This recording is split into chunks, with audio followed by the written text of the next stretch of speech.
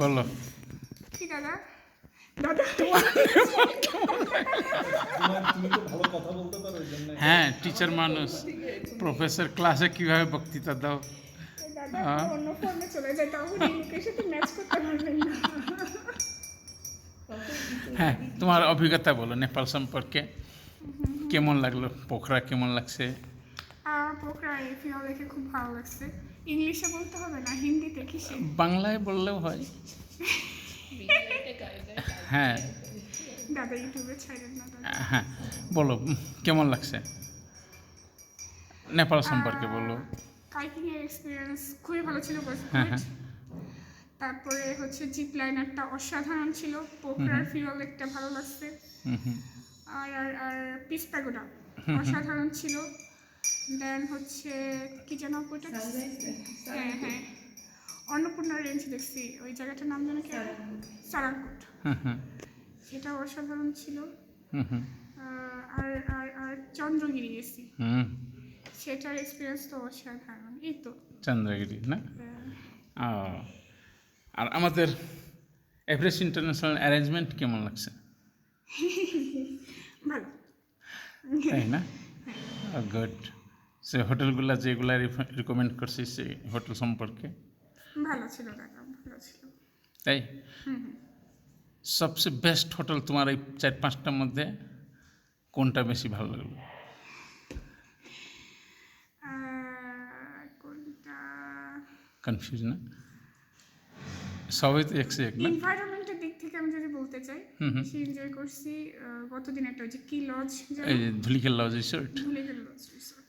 ও হ্যাঁ ওইটা আসলেই ভালো শেষ দাদা, আমি ডান। ওকে থ্যাংক ইউ তোমার নাম বলো না দাদা না, আপনি আমার মনে করলাম দাদা, আপনি দিয়েন না দাদা। আমি ওকে স্বপ্ন কেমন লাগছে তোমার নেপাল জি আলহামদুলিল্লাহ অনেক ভালো লেগেছে। এর প্রত্যেকটা জায়গা অনেক সুন্দর ছিল, বিশেষ করে পোখারার প্রত্যেকটা জায়গা, যেমন হচ্ছে অন্নপূর্ণা রেঞ্জ সারাংকোটে যেটা দেখেছি ওইটা সবচেয়ে ভালো লেগেছে। আর পিস প্যাগোডা, তারপর পিওয়া লেক, এইগুলো তো অনেক সুন্দর। আর তুমি তো খুবই সাহসী না এই যে কোনো ভয় পাও নাই না আমি হচ্ছে অ্যাডভেঞ্চারাস হ্যাঁ জিপ রাইড না লাইনে উঠেছিলাম, যেটা খুব মজা লেগেছিল। আর তারপর আমরা পোখারাতে তাপু রিসোর্টে ওখানেও কিছু অ্যাক্টিভিটিস করেছি যেগুলো ভালো ছিল। তাই না আর সব জায়গায় অনেক সুন্দর লেগেছে।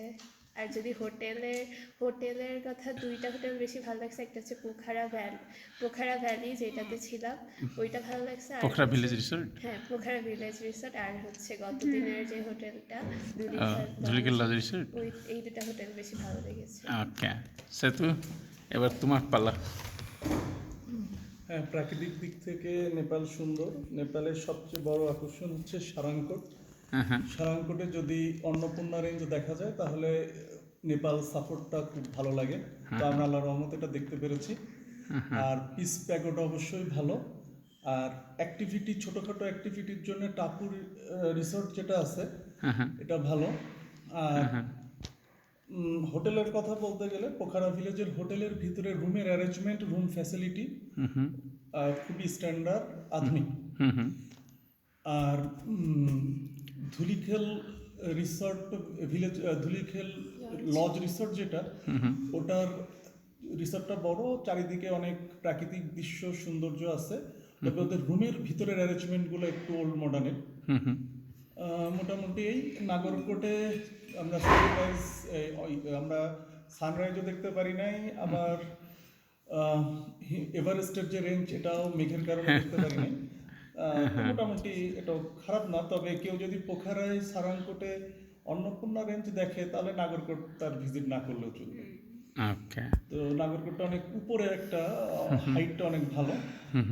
আর আমাদের যে অ্যারেঞ্জমেন্টগুলো, আমরা যে হোটেলগুলো আসলে এই আপনার এজেন্সির মাধ্যমে পেয়েছি, এগুলা আসলেই স্ট্যান্ডার্ড হোটেল। কোনোটাই সবগুলাই হচ্ছে হলো মিডিয়ামের থেকে অনেক উচ্চ রেঞ্জের। এর মধ্যে একটু কোনোটা বেশি ভালো, কোনোটা কম ভালো। তবে এরা এভারেজ সবকটা হোটেলই খুবই স্ট্যান্ডার্ড এবং ভালো মানের। আর গাড়ির ফ্যাসিলিটি যেগুলো আমরা পেয়েছি এগুলো স্ট্যান্ডার্ড গাড়ি ছিল।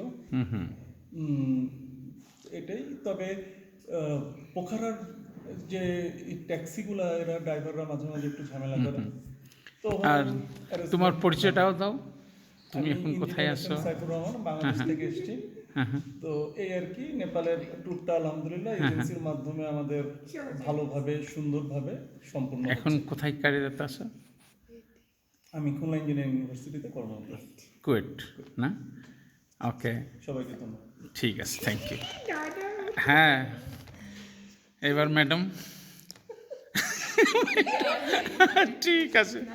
যে শেষে বলার যে প্রবলেমটা, প্রশ্ন কমন পড়ে যায়, সব উত্তর হয়ে গেছে already। সো ইউ আর আলাদাভাবে যেটা বলবো সেটা আসলে সৌন্দর্য তো দুই ধরনের। তো সিনারি বেস যে সৌন্দর্যটা, সিনিক ভিউ, সেটা অবশ্যই দেখার মতো ছিল।